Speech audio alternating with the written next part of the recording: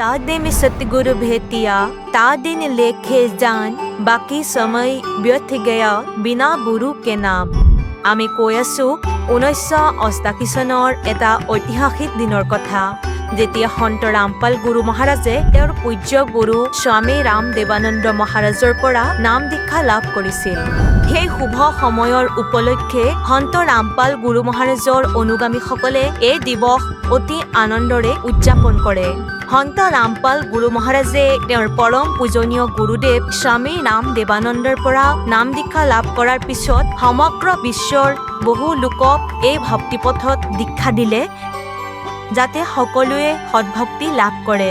নেপালকে ধৰি ভাৰতৰ 11টা সতলোক আশ্ৰমত এই দিৱস উদযাপন কৰা হৈছে আৰু ইয়াক সকলো লোকে বুধ দিৱস হিচাপে পালন কৰি আহিছে।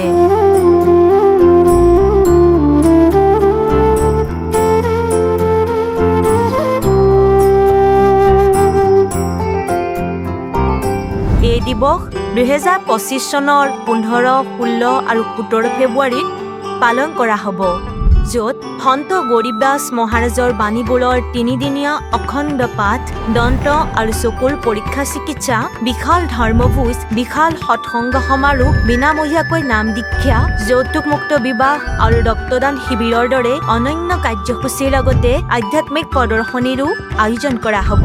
এই কাৰ্যসূচী বিশ্বৰ সকলো সতলোক আশ্ৰমত উদযাপন কৰা হ'ব, য'ত আপোনালোকক সপৰিয়ালে আন্তৰিকতাৰে আমন্ত্ৰণ জনোৱা হৈছে।